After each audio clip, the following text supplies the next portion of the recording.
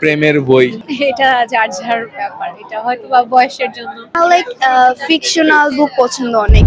আহমেদ সোফার স্যারের বইগুলা বেশি যাচ্ছে, হুমায়ুন আহমেদ স্যারের বইগুলা যাচ্ছে, জাফর ইকবালের গুলো বেশি যাচ্ছে, আর শাহাদুজ্জামানের ক্রাচের কর্নেলটাও ভালো সেল হচ্ছে। আহমেদ সোফা স্যারের বইগুলো একটু বেশি যাচ্ছে, হয়তো বা এটা লেখা তাদের পছন্দ হচ্ছে, তাদের বয়সের সাথে যাচ্ছে, সেটা বেশি। এটা যার যার ব্যাপার, এটা হয়তো বা বয়সের জন্য, বা যার যেটা চয়েস পছন্দ এটা তার জন্য হতে পারে।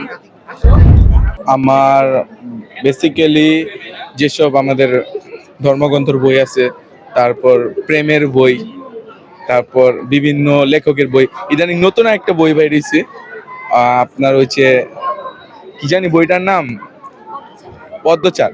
সে বইটা খুঁজতে বইমেলায় আসা। তরুণ লেখকের বই ইদানিং মানে যেটা চলতেছে রানিং, সে বইগুলা খুব ভাল লাগে। তরুণ লেখকদের মধ্যে অনেক লেখকই তো আছে, এখন পছন্দ কারে দিব, বাট বেসিক্যালি আমি বই বেশি পছন্দ করি মুজিবুর রহমানের, হুমায়ুন আহমেদ। হ্যাঁ, হুমায়ুন আহমেদ স্যারও আছে আমাদের ওই। আমি ম্যাক্সিমাম টাইম মুজিবুর রহমান স্যারের বই পড়ি, যে কারণে ওনার বই আমার বেশি ভালো লাগে। ওনার বেসিক্যালি বইয়ের মধ্যে মানে লেখার পয়েন্ট আছে, এক একটা পয়েন্ট তুলে ধরা আছে, যেটা পড়লে মানুষ বুঝতে পারে বাস্তবতা, আগের সব সম্পর্ক, সবকিছু নিয়ে উনি তো মানে একটা বই তৈরি করে, যেটা পড়লে অনেক ভালো লাগে। আমার লাইক ফিকশনাল বুক পছন্দ অনেক। লাইক যে একটু ফিকশনাল, লাইক মানে কি অনেক মানে ফিকশনাল, লাইক নো লাইক আমি আবার গোস্টের বুক অনেক পছন্দ। লাইক ভূতের এই যে একটু মিস্ট্রি টাইপ অফ বুক আমার অনেক ভালো লাগে। বাংলার মধ্যে বাংলা বুক আমার ভালো লাগে, কিন্তু বাংলার যে একটা মানুষের ব্যাপার নিয়ে কথা বলা, যে তার soul like something like that, ওইগুলো আমার ভালো লাগে। অ্যাজ আমি এখন teenager, so I don't know about that. আমার গল্পের বই পছন্দ, ইতিহাস ধরনের এইসব টাইপের বই।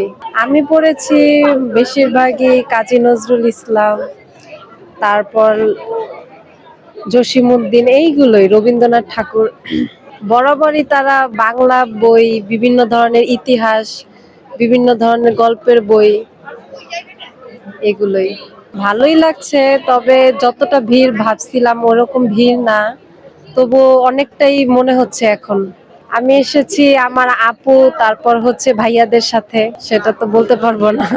আমার বেসিক্যালি সায়েন্স ফিকশন, ভ্রমণ কাহিনী, আর হচ্ছে আপনার বেসিক যেই বইগুলো আছে, ফান্ডামেন্টাল আপনার ডেইলি লাইফ নিডস, যেমন আপনার হচ্ছে হ্যাবিট অ্যান্ড হচ্ছে কিছু আপনার অ্যাটিটিউড টাইপ যে বইগুলো, যেগুলো আপনার হচ্ছে ম্যানেজমেন্ট অ্যান্ড হচ্ছে আপনার লাইফে, ডেইলি লাইফে চলতে গেলে যেগুলো হচ্ছে আপনার স্মার্টলি, আপনার যে বইগুলো আপনাকে স্মার্টনেস অ্যান্ড আদার জিনিসগুলো দিবে, সেই টাইপের বইগুলো আর কি।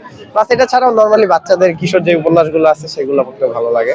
এটা আসলে আপনার হুমায়ুন আহমেদ, তারপরে হচ্ছে আপনার জাফর ইকবাল স্যার, আহসানুল হক, ওনাদের বইগুলোই বেশি আছে। আর কিছু নতুন রাইটারের বই দেখলাম যেগুলো আর কি একটু পড়ার পর ভালো লাগলো, সেগুলো আর কি নিলাম। আর রবীন্দ্রনাথ ঠাকুরের কিছু বই আছে, বিভূতিভূষণ বন্দ্যোপাধ্যায়ের আছে, তো এগুলো আর কি। সুমন্ত আসলামের কিছু ফানি বুকস নিয়েছি। তরুণ লেখকদের বই কিনেছি আপনার মোটামুটি 10-15টার মতো, আর হচ্ছে বাকিগুলো সব পুরনো, আমার চয়েস করা ছিল। নতুন রাইটারদের বই কেনার মূলত কয়েকটা রিজন আছে। তার মধ্যে হচ্ছে আপনার তাদের ফার্স্ট যে ইমপ্রেশনটা, বইয়ের মলাট বলেন বা বইয়ের নামটা বলেন, এটা কিন্তু অনেক ইম্পর্টেন্স বিয়ার করে। প্লাস আপনার যে হচ্ছে সার সংক্ষেপটা থাকে, সেটা হচ্ছে সব পাঠকই আগে পড়ে দেখে।